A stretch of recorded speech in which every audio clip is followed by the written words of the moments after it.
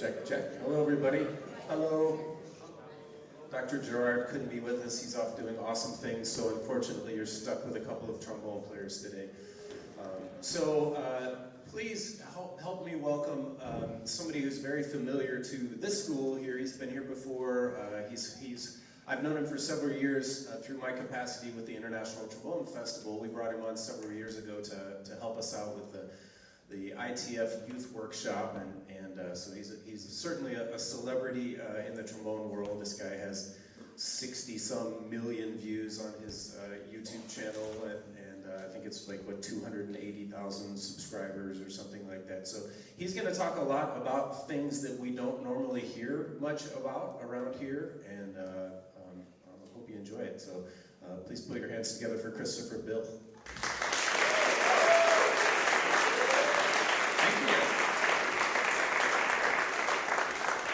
Welcome to Marketing 101 with a niche C-list internet celebrity. That's me. Okay, so first, that's me, Christopher Bill. I am a trombonist, unfortunately. I went to the Purchase Conservatory of Music in New York for classical music. I'm an arranger. I'm a performer. I'm a YouTube and creator. I'm an influencer. Look at me right now, I'm influencing everybody. And, newly, I'm a PowerPoint presentation creator. Amazing. Ooh.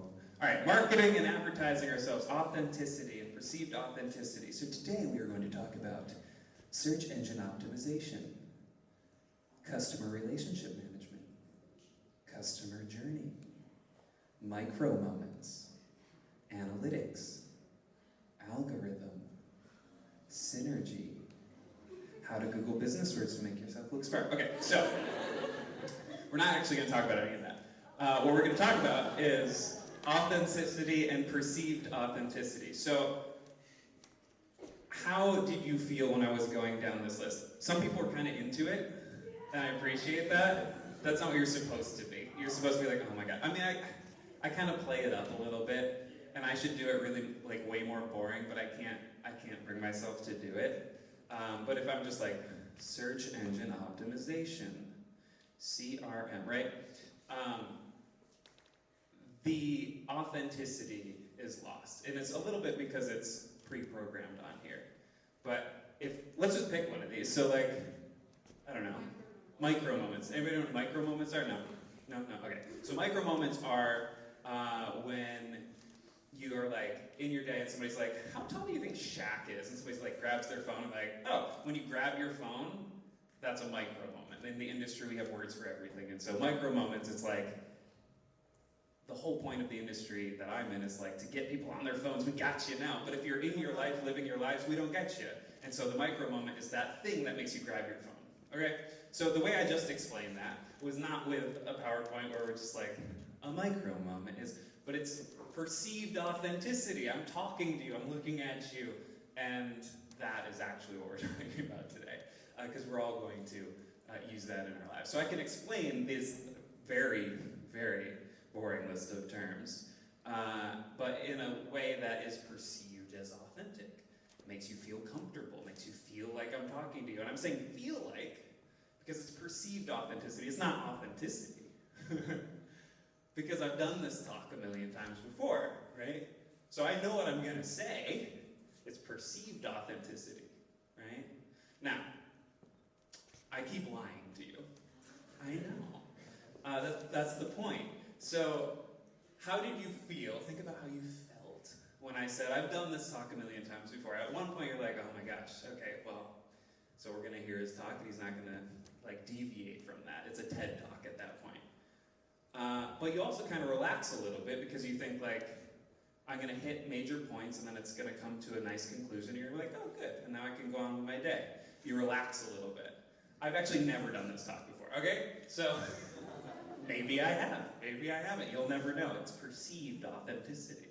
All right, so the whole point of this idea is to figure out how to make people feel comfortable, figure out how to manipulate people. Okay, to figure out how to make people feel comfortable. Right? I come out on stage, and how do you know that you can trust me, that I know what I'm doing.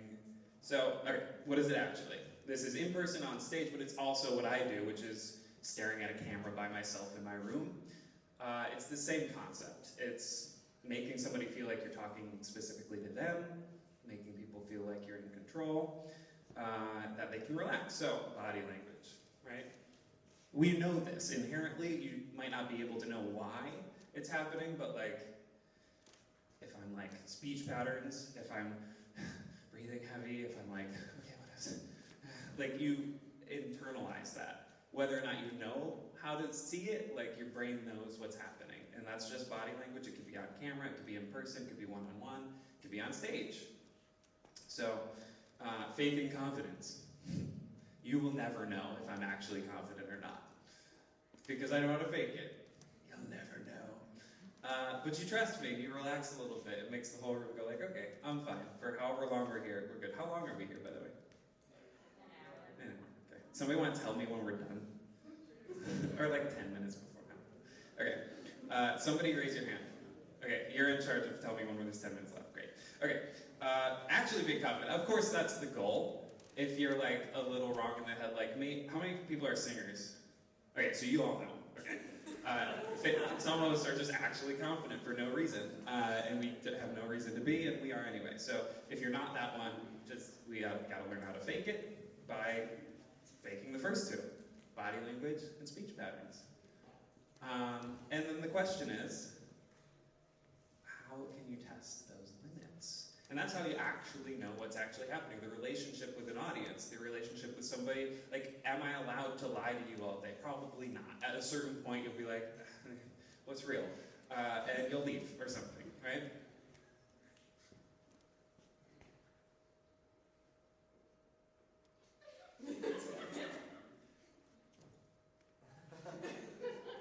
Okay, so, right, silence is my favorite one.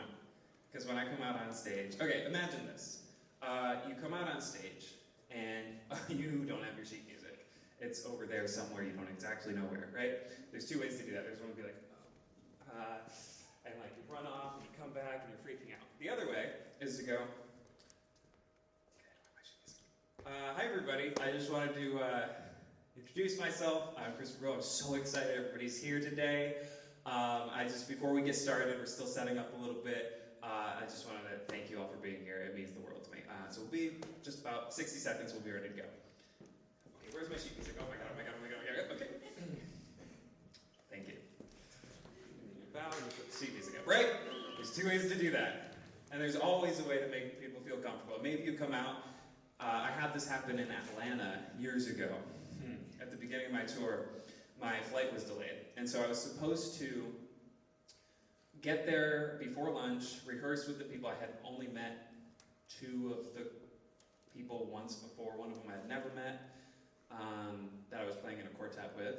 And we were going to rehearse, basically just run through this stuff once, and then have lunch, and I had a meet and greet before the concert, opener, and then concert. Well, my flight got delayed like 6 hours.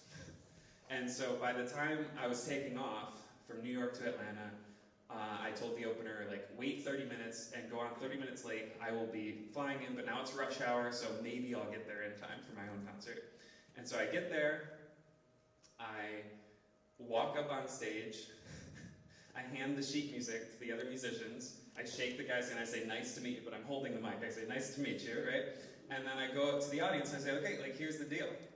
They've never seen any of this sheet music before. They're sight reading everything. I have to tell them how the pieces are going to go, and so I'm just going to grab the mic in between pieces. You're going to have the exact same amount of information that they have, and if we end together, I want a standing ovation for every single piece, right? And it was great, because they're professional musicians, of course it's going to be fine, and there were weird things that happened throughout, and we could kind of laugh about it a little bit, but it was contextualizing that for the audience rather than just like internalizing all of the anxiety and pressure that, of course, they're going to see through it. And instead, people came after and they're like, you were just kidding about it, sight reading, right? I was like, no, that's for real what happened. I don't know what's next. Let's see. Oh, how to practice. No, it's practice is the how, okay? So how do you do what you're doing? You practice. So today, I want you to consider the why and practicing? What are you practicing for?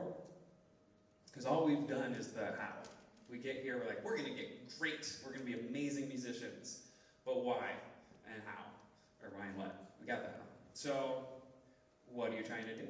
For me, I started out, I wanted to be a music educator.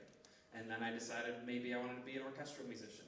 And then I decided maybe I wanted to be a Broadway musician or recording artist.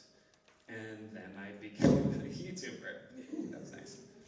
So it changed over time, and it can change over time, and it probably will change over time. But the question is, right now, for now. And that was actually something that a professor of mine imparted on me musically. You know, make a decision for today, for now. Maybe you won't like it tomorrow, but like, I want to put a crescendo here. That's what I'm trying to do right now, so I actually can implement the steps to make that happen. And then tomorrow I might be like, I actually hate that, that's terrible, and I'll change my mind. You can always change your mind, but pick something for now. I mean, when I started playing trombone, said, I want to be a YouTuber, everyone would be like, that doesn't exist, what's YouTube? Because that didn't exist yet. So you can't necessarily plan for the future that far, but be kind of nimble and flexible. But think about this right now. Why? What? How many people have like a very clear idea of what you think you want to do with your musical career? Yeah. What do you think? Me? Yeah. Well, what do you mean? What do you want to do? What I want to do? I want to be a saxophone professor. Saxophone professor. So now when you, yeah, come on, saxophone professor. So, when you get in the practice room, you know why you're doing it. You know, you can also kind of apply it to what might come next. Like, okay, I'm learning these fundamentals, but I'm also kind of thinking about how I'm learning them, so if somebody else comes to me and asks me how, I can remember what it was like to learn those skills and what worked for me, right? It completely contextualizes what you do in the practice room. Let's pick what's next so I don't get ahead of myself. Oh. Let's go back. Okay, let's give a couple more examples. Who knows exactly, for now, what you want? Yeah. I want to teach elementary general music or high school choir and theater. Amazing. Okay, so education, choir, theater, awesome. And so when you are similarly enjoying music, you're listening to musical theater, like you're thinking of it through a different perspective. And of course, that could change. Again, when I was practicing, I was like, okay, maybe I have to learn all the instruments so I can teach them. I don't have to play them at an incredibly high level, but I want to be able to teach them. And then it was like orchestral music. Okay, just trombone, just orchestral excerpts, just play better than everyone else in the world. That's a very different style. And then it was like, everyone around me at this school is way more passionate about classical music than I am. I don't think that's for me. And so then I went into Broadway and commercial music. And now I'm learning and listening to all sorts of other things that I would have never thought about. But when I get in the practice room, it's because I want to do it. It's because I want to be able to play these musical ideas. And so the why is much clearer. And again, that applies to the actual music itself, the intent.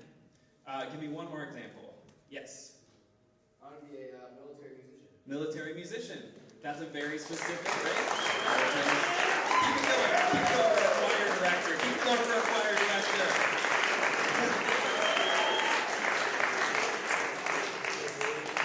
Amazing. Okay, so military music. So that audition process is very specific. So you can be very focused on that, and then someday you might be like, actually, and like take a big fork in the road and go someplace else. Like maybe you want to teach drum corps or something. Maybe. Who knows? But that's like, okay, well that's a similar skill set. I can actually go that way. So those are the things. Now, once you've figured out your for now, what you want to do, and why you're practicing, now, okay, it doesn't have to be, is the secret. It doesn't have to be profitable or sustainable. You just might need to get a job. Right? And that's the secret. Like, if I have a very weird thing that I love to do that not many people like, it will be super niche, and some people that are just like me will be willing to pay for it. And they'll be willing to pay a lot of money for it. But maybe it's not enough, right? And so there are plenty of people who work a day job, and then they do their weird art, and they're very happy, right? they don't have to, they have health insurance, everything's cool, and then at night, on weekends, they go and do weird contemporary art, and they live a, fulfilled life. So, it doesn't have to be profitable and sustainable. The other thing that I'm really grateful for in my life is I am very happy to be playing like pop music and funk music. I was telling the trombone students, the most fun thing I ever did was play in a James Brown cover band, and I was standing on top of a speaker with like my shirt off, and I'm sweating, and I'm playing one note out of tune and really loud, and the crowd's going crazy, and I'm in school to learn how to play concertos. And I'm like, every time I play a concerto, people are like, you didn't breathe to the end of the phrase. And I'm like, okay, fine.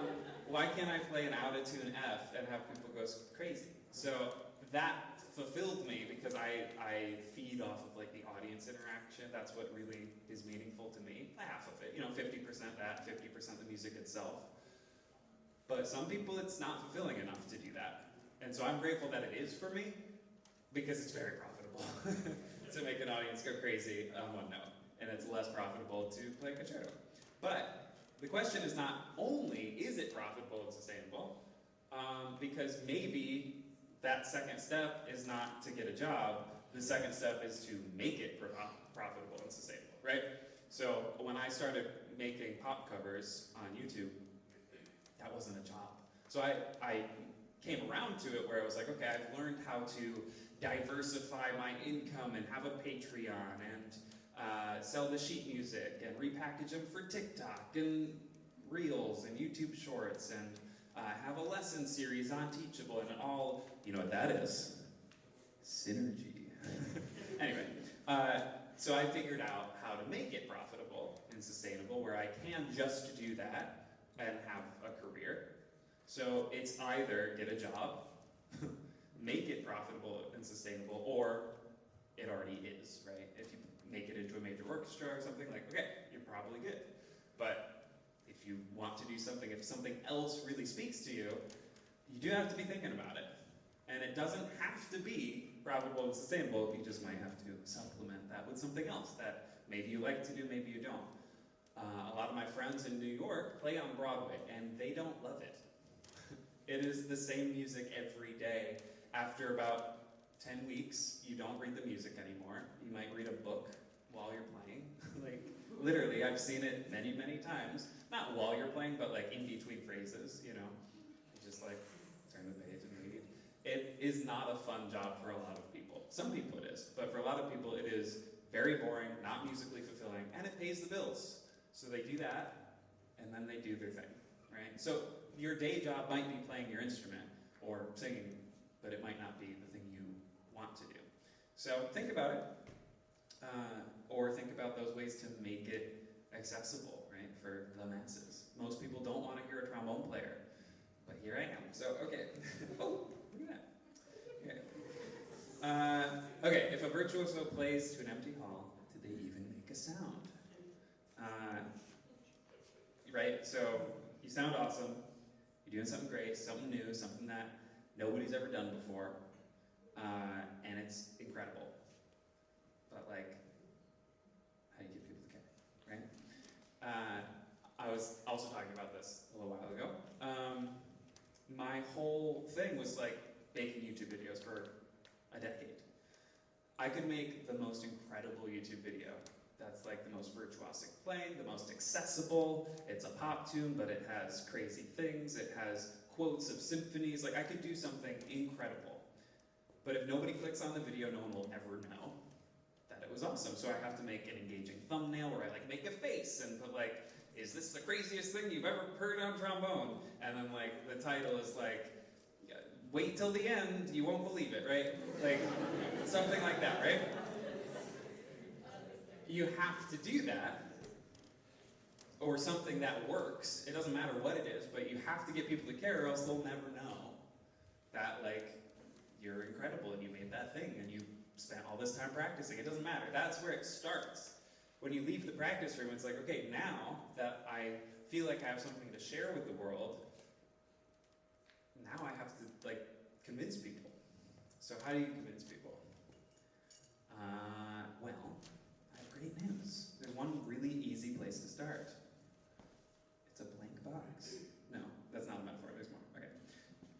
are your easiest demographic.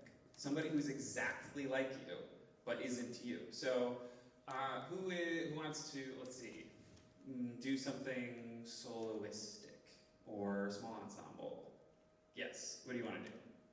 Playing chamber ensemble. Chamber ensemble, what do you play? Tuba. Tuba, okay. So, tuba player in a chamber ensemble. And let's say you're all in it together, you don't have a marketing coordinator, so you are just like trying to figure out how to get people to come out to your concert, right? Well, let's say, what's like a good piece that you like to play in a chamber group? I know, I'm putting you on your spot. Ewald 3. Okay, Ewald 3. So, here's the concert. It's Ewald 3, right? And somebody hands you a flyer, and they're like, hey, playing Ewald 3 tonight. Would you go? Maybe. Maybe not. And this is the piece that you just chose. It's like, oh, I love playing it. And now you get a flyer and it's like in Comic Sans and somebody said, actually that's kind of a bad example because I might be interested. It's in like Times New Roman. And it's like, okay, 7 p.m. Recital Hall. I could not do that and that'd be fine, right? So what is it that that person hands you, or the, story on Instagram, or whatever it is, what is it that would get you to go to that concert? We're playing Ewald 3 on our heads. Okay, like something new and weird. They're like, okay, I'd watch that. Maybe multimedia things. Like, these are the things that I have to think about, where it's like, if I'm not gonna go, and I'm the one that would love to go, then no one's gonna care. So, think about that. And think about, what is it? Just start with you. What is it that would get you to go to that? And we all have that inherently. This is the actual marketing 101. Yeah, I got there. Sneaky. We're going to think about that. But this is a metaphor. Having a plan is cool until it's restrictive. It's also not a metaphor because this is the end of my slideshow. So we're done with that. So, okay. So what are some, let's start thinking about this. We'll start there and we will branch out. What is it that would get you to come out to a concert, play at Ewald 3? What is it? I just really like that piece, so I want to hear it. You want, okay, so a really good performance of that piece would do it for you, right? So if somebody posted on Instagram like a little clip of them playing it and it sounded incredible, you'd be like, wow, okay, well if they're playing in town, I want to go see it, right? So that is a high barrier of entry, but it works. If you have an ensemble that on their musical merits intrigues you because it's like, oh my god, like they're incredible, it works.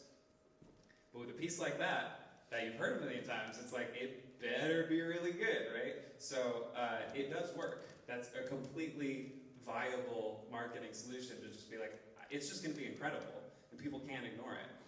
I have not had success with that. It's possible because I spent time making YouTube videos instead of practicing. Who knows? Who's to say? But yes, like that is exactly an option. Now, maybe it's not a piece that is exactly what you would want to hear. So again, like think about that. Okay, who's another solo, small ensemble performer who might have something like this? Yes. Wait, We can go anywhere. This is the okay. brainstorm section of the class. I'd probably offer some kind of like reward for Interesting. 5 lucky contestants. Everybody look under your seats. Yeah, absolutely. So I was always interested in sociology and marketing and advertising, and just help people think. And so my senior recital in undergrad, I took sandwich orders. And you know what happens when you take sandwich orders? All of those people that say like, yeah, maybe I'll go, all of a sudden have a sandwich with their name on it, and if they don't show up, I'm like, that's interesting. Allie, got your sandwich here. You said you'd show up. Huh. And you could charge them for it if you really wanted, but they were free sandwiches, you just gotta show. And so people did not say, maybe I'll come. They said, yes, I'll come, or no, I will not. And I could plan for how many people were actually gonna be there. So that was like my early thought on it. But also charging admission weirdly makes people come, because even if it's just like $1 or something, because if you don't have any stake in it, it doesn't feel like you can back out last minute, it doesn't matter. So weirdly charging admission is another way to like have them have some reason to actually follow through. But yeah, a reward. 5 lucky people will get something. Yeah. Assigned something. Who else has any ideas or reasons to be promoting something? Yes. I think especially in our ecosystem, if performers are doing something else besides just standing in like an art Mm-hmm. and just playing, I'm more like if they're moving on stage or if they're doing different instruments, I'm more likely to go see them. Yeah, so if there's like a little video showing what they're doing and they're not just like standing in one place playing the music. I mean, it's tough because we do, like in our own sphere, the music speaks for itself. We all love music, and so we want the music to just be the reason. And it's not, you know, it's a show. What we do is a show. And all the stuff I was talking about, body language and speech patterns, most people never think about the stuff that's in between the pieces of music as mattering that much. It's just get through it. In fact, professional musicians that I've worked with, who are really great, I've asked them about that, and they're like, oh, I just get through it, you know?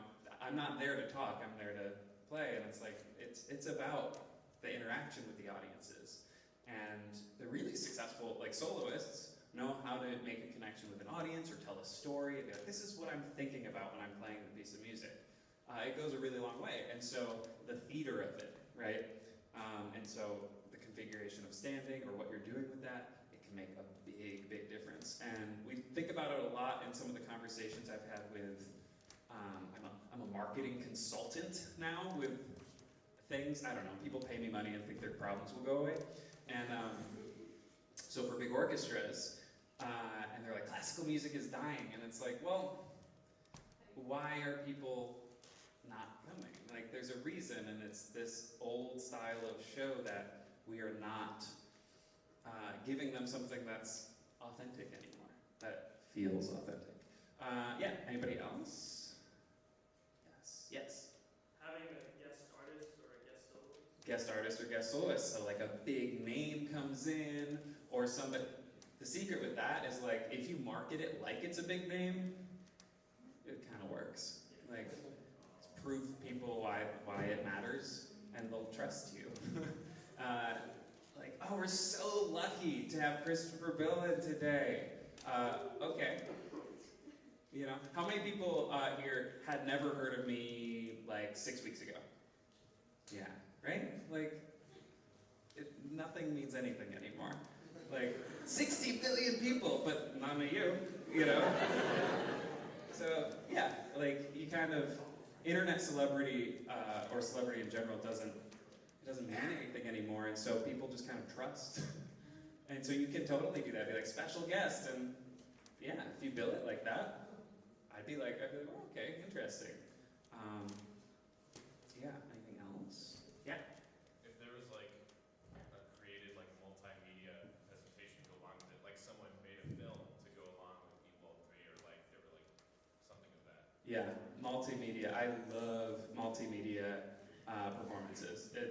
That would get me out to almost anything. Yeah, if I was, like there's a piece of music, I don't know if any of you have heard of it, it's for orchestra and florist.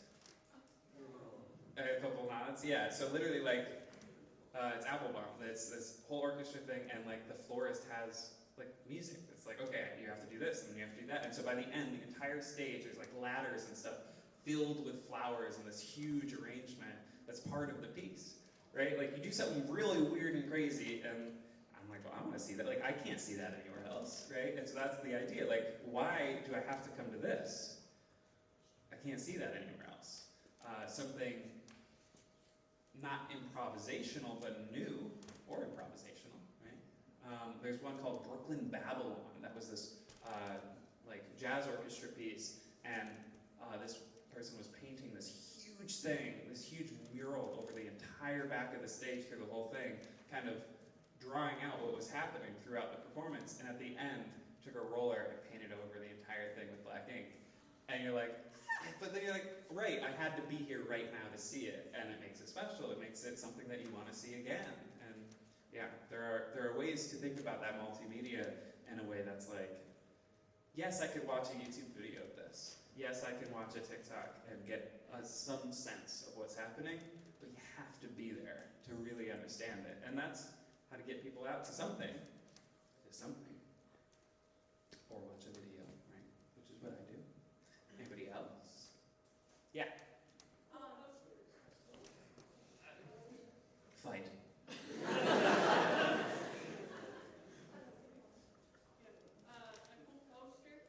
A cool poster. What cool poster would get you to go out? Because I think you're right, but I haven't cracked the case, and so I'm doing polling.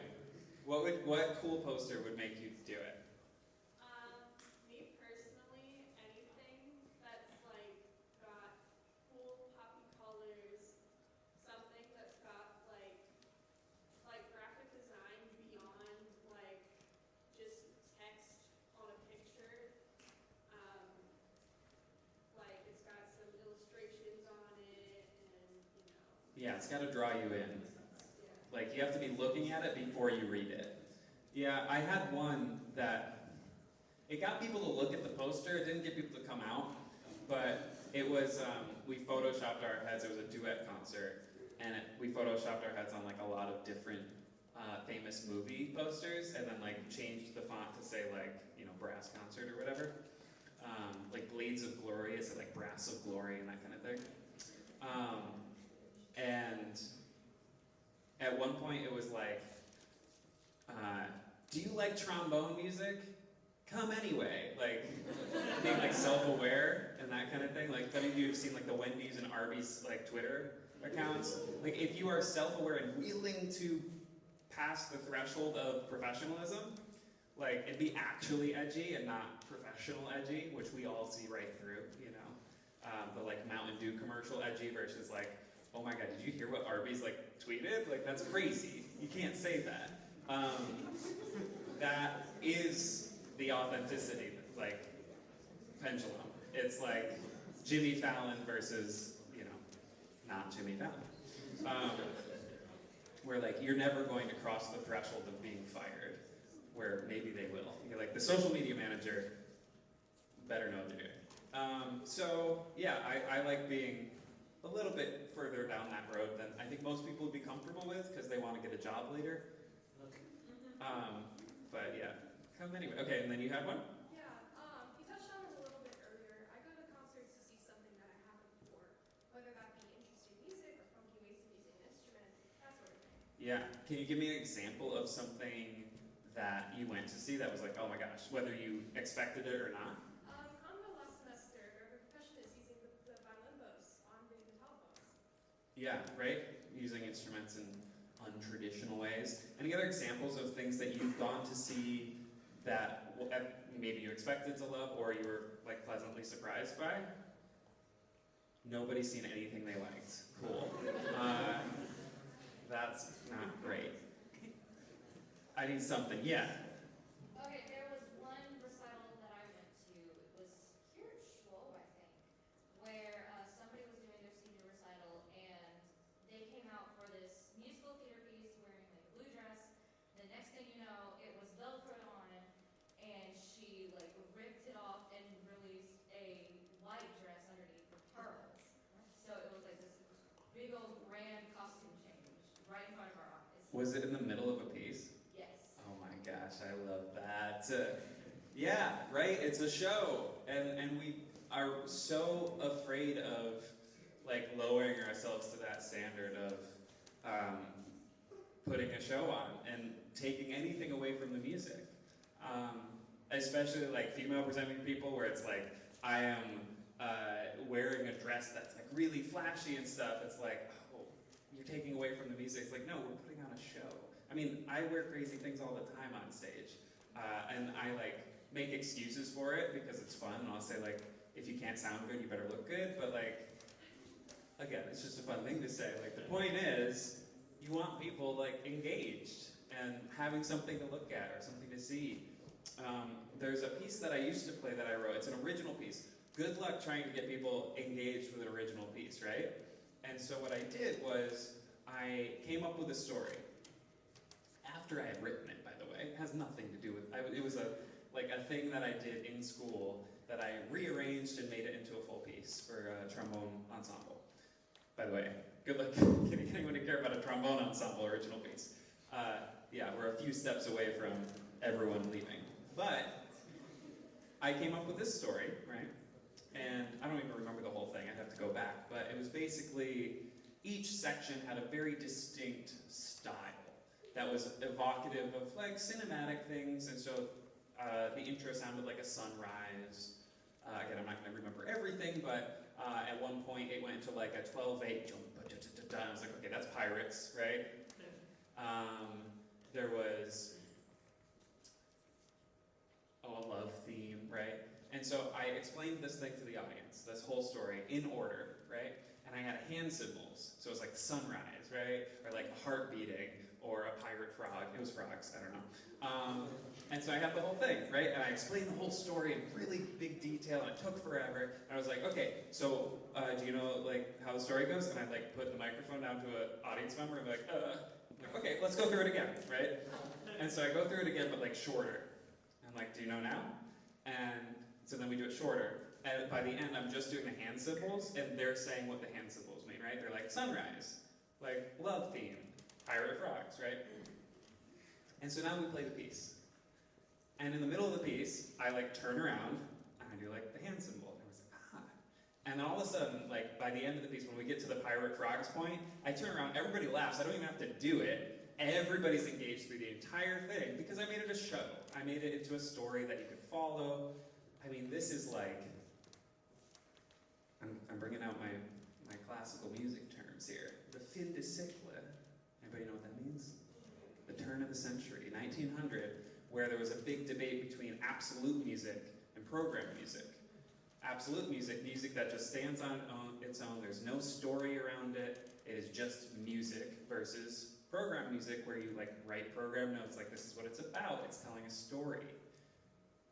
That was a big debate back then where it was like program music is nothing, it's terrible, it's like diluting the music. Yeah, okay, it's also more fun to like listen to. So anyway, that's a really important aspect. Telling a story, making it a show, changing your dress halfway through. Anybody else have a show or a thing you saw? Yeah, what do you got? The Jack String Quartet a while ago was pretty cool because nobody really knew who they were, but everybody was hyping them up. And we get in there, and they're like doing vibrato, they're not playing anything, and we're almost like, what is happening? So it was like super contemporary? Yeah, super cool. And why, this is interesting, why did you enjoy it? Because we were all looking around each other like, what is happening? But then you accepted it, right? You're like, and with contemporary music specifically, or like kind of weirder, forward-thinking art, the intent of the musician matters way more than like, oh, this Brahms piece is great, right? With contemporary music, you have to trust the intent of the musicians. You have to trust and believe that they mean it, right? If they're doing vibrato and not playing a note, you have to trust that like they are so into it and they are not making a joke of it, unless that's the point. And then you can trust them and relax and get into it and be like, cool, this is weird. But that intent matters way more with that kind of thing. But if you can do that, you can get on stage and you can mean it and you can play the part and be theatrical with it, then playing Brahms is great because you can play that up and ham it up or not and make those decisions, and now you understand the relationship with the audience a lot better. So I highly recommend doing something very weird on stage someday and seeing what it's like when you don't make any noise. That's my favorite part of the presentation, by the way, is when I just don't say anything and look at everybody. It's like, you'll wait for like a long time. You know? I always wonder how long I could wait before people like, are you okay? Like, or leave. Anyway, I've never tested it, but someday. Anybody else have any? Yes? I know this is kind of very specific, but I know, or it's specific to a specific instrument, but I know for me, seeing like any sort of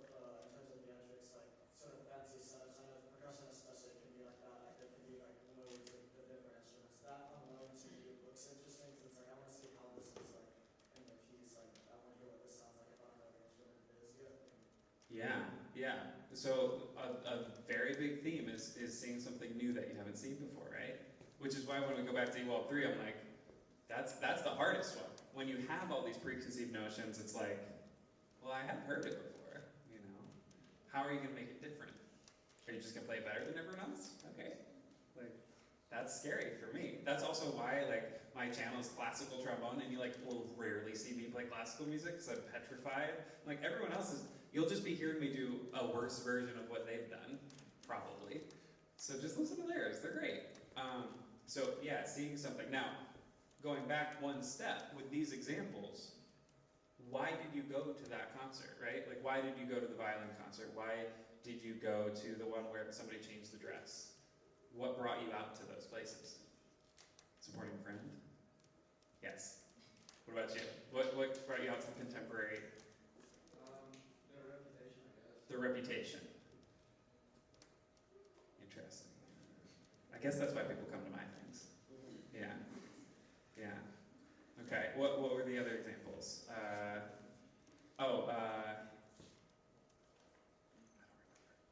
Yeah. What does bring you out other than like supporting a friend? Anything? It's hard, right? And we're like, we are the ones that are gonna do it. If we're not gonna go, nobody's gonna go. So think about this stuff. Like, even if you are trying to get into an orchestra or be an educator, like those skills of just being able to think about all the way back to the beginning of this presentation, how you're gonna be perceived, that like perceived authenticity or whatever it is. How are people going to perceive what you're presenting, the information you're saying? There's a way to just read the list, and there's a way to like engage people, even if it's the most boring synergy term of all time, or an overplayed piece, or a really beautiful piece like Ewald 3, or something that people haven't heard before, like that there aren't preconceived notions, like a violin thing that's contemporary. All of these different versions are things that could be presented in a very boring New York Times way. I meant Times New Roman. Is that a Freudian slip? Get your New York Times app, subscribe, it's really good. I'm sorry, I didn't mean it. Use promo code CPLEASY. No. Yeah, like figuring out how that information is going to be received. And you already have it. Yeah. 5 minutes. Wow, okay, so final, let's go. Any questions? That it doesn't have to pertain to any of this. Anything. This is open season. Yes? So when you were first starting a YouTube page, it wasn't really like a job or anything for you yet. What were you doing at the same time? I was in school when I started, and I was arranging. So my main gig was arranging music for trombone groups mostly, but some barbershop quartets and that kind of stuff. And the YouTube channel came out of that, where I was basically just showing what these arrangements sounded like, you know? Why are you going to buy this arrangement if you don't know what it sounds like? So that was when it started, and then I was very lucky. I got like an instrument manufacturer sponsorship very early, and so I could start doing it professionally even before it was making me money. Yeah. Anybody else? Other questions? Yes? When are you making the next video game symphony? Oh no. The next video game symphony. Well, the last one took me, what, like 8 years? So, 2030? Yeah. I don't know. They're fun, but they're also daunting. Yeah. What's your favorite video you've ever done? Favorite video I've ever done? Well, I started doing these collaborations, and playing with other musicians is just the best, you know? Doing something that's a little bit different. Like, I was in my room playing by myself, and what happens with that is you have a musical idea, and then you work until that musical idea is represented on screen. And it's basically the same as that initial musical idea, but when you work with other people, it changes throughout the process, and by the end it's better than that initial idea. And so I was just so used to doing that process that when I started to get to work with other people, it was just like such a joy. And yeah, probably like the big collaborations with 60 people, like International Trombone Festival collaborations are really fun. Probably like Bohemian Rhapsody is probably a highlight. I I mean, Brian made the like guitarist from Queen shared it, and like that kind of stuff. You're like, all right, pretty cool. Yeah, so those are really good. Yeah. Somebody else, yeah. If you were going to start your internet career now, would it be advantageous to create kind of a bunch of videos and upload them all at once to kind of create a backlog, or? That's interesting. Probably not now. I mean, the algorithms are so good at like finding an audience now for the stuff you make. And so it's really just about doing it consistently, and when I say consistently, I do mean like, you know, a consistent schedule, but also like making a similar kind of thing so that these algorithms can learn what you're doing and then give it to people who will like it. So like right now I'm doing this tour where I'm collaborating with lots of musicians and non-musicians and doing things that are weird and different. And so there's going to be about 6 months where I have to like rebuild because it's different from what people are used to. And so it's basically trying to give these videos to people who usually like my stuff, but my stuff is now different, and so they might not like this, and it has to find that audience. So if you're trying to build something really consistently right now, you know, you kind of have to pick something and pigeonhole yourself into one little box at first, and just do it until it finds those people who like that one thing that you do. That's different than it used to be. You know, YouTube is completely different than it used to be. Now TikTok, or I guess now TikTok here, is like, you know, like that, those videos find people so much easier than the old style. So yeah, just make stuff on Instagram Reels, I guess. Couple of minutes, anybody else? 1 minute, make it good, or not at all. We could just leave. So we're pointing at somebody. Okay, so, yes, perfect, go. Did you do any of these shenanigans while you were in undergrad? And if so, how did your professors feel about it? What a good question. Oh my gosh, I'm so happy to spill the tea on my professors. So, some of them were super cool. So yes, I was dabbling with it, and some were super cool about it. Like, this is awesome. This is like your thing that's gonna set you apart. You're obviously passionate about it. Like, keep going. And I made a quartet concert for my junior recital. That was all this kind of stuff, my own arrangements. And the head of the conservatory, who's this like super British guy, was like, "We don't do that here." He goes, "I look forward to receiving your piano accompanist by the end of the day."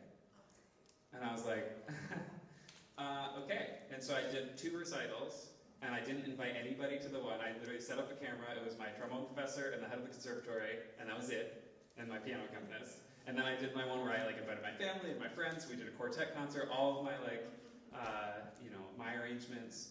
And so it was split. And then I had a video where I was playing Happy by Pharrell Williams with like a looper.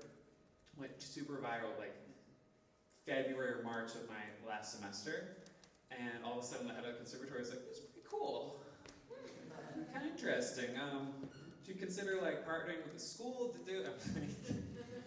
I mean, I would. What happened? We don't do that around here though. So yeah, most of them were very, very cool with it. Like my trombone professor was like, "Oh, bring in the looper. Like, let's learn how to do it." And of course, I bring in the looper and we're working on long tones. Like we're doing fundamentals, because of course, but they were almost all very, very cool about it, but there were a few who were like, "That's not how we do things here." So, yeah, most were cool with it, but cool. All right, well, thank you all.